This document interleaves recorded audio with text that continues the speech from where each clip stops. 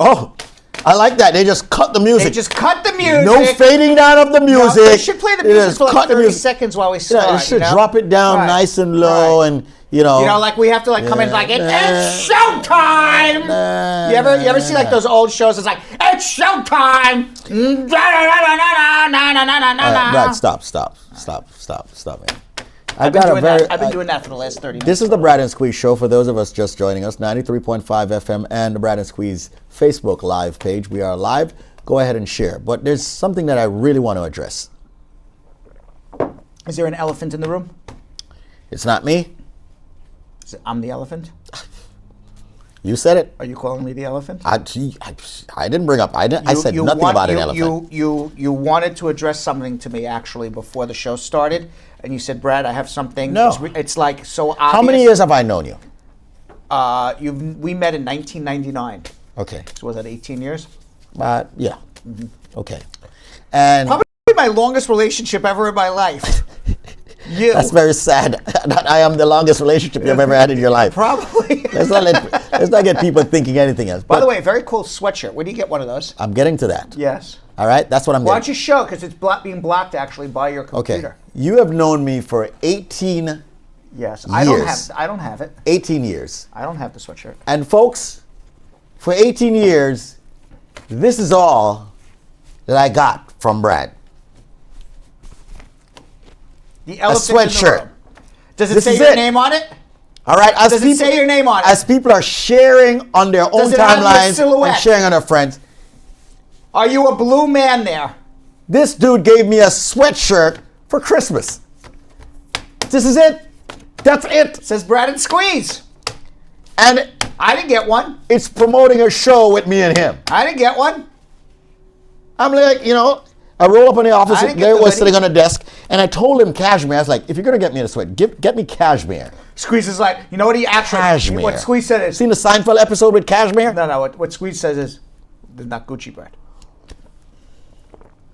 By the way, yeah, about 10 years ago, you gave me my Louis Vuitton luggage. You're still using it? Nope. Lost it. A girl by the name of Whitney I used to date stole it. Whitney, give him Squeeze back his damn luggage. Beautiful model. Whitney. IMG model. Whitney. 10 years ago. Whitney, give him back the Louis Vuitton luggage already. Whitney. We're not calling you out, but we're calling you out, Whitney. Stole it with my luggage. All right. Anyway, listen up. Listen to Brad and Squeeze. Oh, shoot. Forgot. Everybody's hearing what I'm saying here. Did you see there was a man at, that missile attack in Hawaii? Did we talk about it this morning? The man had a heart attack? I don't even remember what we talked about. Not the fake missile attack. Fake missile attack. Yeah. Sean Shields, we know the fake missile attack. Mm-hmm. That went off in Hawaii. Everybody thought they were under attack. Right. They thought it was like Pearl Harbor, except with nuclear weapons. Right. A guy by the name of Sean Shields. Can you imagine? Yeah. I can't imagine. You know what my father said? Do they have bunkers? No. I mean, and you have people running everywhere. Running where are you going to run to? We showed it when you were at the hospital yesterday. Right. And we were doing the show. We had the video of the people running because they thought, they were under attack in Hawaii. And I'm saying, it's petrifying. You're terrified. Can we see that video? I'd love to see it. Do we have that video? Where the hell are you running to? Nothing. What? You know what my father said? He goes, if I get it, there it is. There's the people running. Where can you Where are you going to run down the street? To where? You're dead. Well, are there bunkers? I have no idea. All I know is my father said, he goes, if I got it, he goes, I just look out the window and watch it and watch me die. What are you going to do? Where are you running to? I go, you're right. Where are you running to? People are running. Are you afraid of dying? What? Are you afraid of dying? No. So I've lived a good life. Positive. Okay. Okay, all right. We'll see you later when you're crying like a little baby, hanging from the fifth floor. All right. By the way, a man during this whole thing, while Trump was on the golf course choosing the 7-iron, this guy Sean Shields, a little heavy guy. Mm-hmm. All right. Probably could lose a few pounds. Is he Irish? He's got his Guinness t-shirt on. I don't know. Mm-hmm. But he suffered a massive heart attack minutes after saying his last goodbye over the phone to his 10-year-old daughter because he thought it was just momentarily that he was going to die from a nuclear blast. And Shields 51, after he got off the phone with his daughter, and they said, 10-minute warning, bomb coming in. Shields 51 started violently throwing up, got transported to an emergency room where he had a heart attack. The doctors agreed that the stress from the events had did this. They told him that they believed he was going to die. He was no longer breathing. He had no heartbeat when he was brought into the hospital. He never had a heart problem before. And the stress from all of this and saying goodbye caused this heart attack. Luckily for him, the doctors revived him in the hospital. And he's still in the hospital, but apparently is recovering. Oh, it's good news to hear that he has recovered, or he's recovering. Yes. It's very good to Now, hear that. also in Hawaii, a lot of crazy stuff happening in Hawaii right now, Squeeze. Right. While you ask people to share. Yeah, that's what I'm doing. I'm sharing myself too. A guy, this did not happen. A guy by the name of Ryan. I don't know if his name is Ryan Hawaii or this was Ryan in Ryan Hawaii. Seacrest? I'm not sure. He tried to circumvent the baggage fee. There's the baggage fee. Everybody does that. So, no, I'm sorry. His name is Ryan Hawaii, but this was in Iceland. And he went to Iceland for 9 days, and he had 9 days of clothes. And by the time his trip to Iceland was over, he had no money to pay for the baggage home. He had the plane ticket, but he shows up at the airport. He's like, he probably drank his last couple dollars at the bar in Ireland. And now they say you have to pay for your baggage, and he has no money. His credit cards are maxed out. He's just got to get home. Right. So according to a series of tweets, because he didn't have the $90 to pay. I've been to Iceland. I've not been to Iceland. He didn't have the $90 to pay for the baggage. So what he did instead was he opened up his bag and attempted to put all of his clothes on his body. And here it is. And he walked he walked on the plane wearing all of the clothes from his luggage, and he left his luggage in the airport. Smart guy. Unfortunately for him, they did not let him board the plane. He said he was manhandled by security. They thought, obviously, that he was trying to smuggle something on the airplane. And he was ultimately arrested. Really? So not as smart For trying as to we wear thought. all of his clothes. Not as smart as we thought. They arrest the dude for trying to wear all of his clothes on a plane. Not as smart as we thought. Is there a law against that? I thought that was Wasn't that an Icelandic law? Well, I guess because he had so many layers of clothes on him. What are all these pictures we're seeing? That's the dude. That's not the dude. That's the dude. Him. That's the dude. Ryan Hawaii. Yeah, but seriously speaking, what law did he break? I don't know. I'm not a lawyer in Iceland. All I know is it was pretty ingenious to open up his luggage and take everything out of his luggage and try to wear it. There he is, Ryan Hawaii. But come on. He did not break any law. He was a genius trying to circumvent the baggage rules. They probably arrested him for being a little bit boisterous. Did you see DT, Donald Trump, threw CNN out of the White House yesterday? No. Yeah, Jim Acosta, in a White House press conference with Donald Trump, he asked, Mr. President, this was his question to Mr. President. Mr. President, did you say that you want more people to come in from Norway? Did you say you want more people coming in from Norway? President Trump responds, thank you very much, thank you very much. And Jim Acosta went back to him. He said, I'm sorry, is that true, Mr. President? More people from Norway? And President Trump responds, I want them to come in from everywhere. Thank you very much, everybody. And Jim Acosta then, to be, I guess, a wise ass, but this is CNN. Okay, you can't blame him. Right. He goes, just to confirm, Mr. President, is it just the Caucasians you want coming in from everywhere, sir? Or do you want people to come in from other parts of the world? And President Trump goes, out! And we have the video of Jim Acosta asking this. We have the video of this? I want them to come in from everywhere. Thank you very much, everybody. Just Caucasian or white countries, sir, or do you want people to come in from other parts of the world where there are people of color? Jim, thank you. Out. What happened to you're fired? You're fired.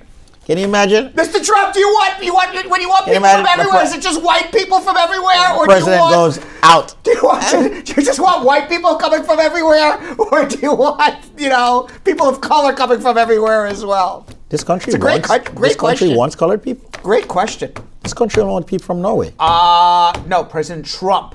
Don't lump me into this country. No, I'm not talking to you. I'm talking about what Donald Trump wants. President Trump wants people He's from... the president. Right. How dare you stop the president from only bringing people in from Norway, Brett? Mr. Trump, Huh? is it true that you want people from everywhere? Is it just Caucasians from everywhere?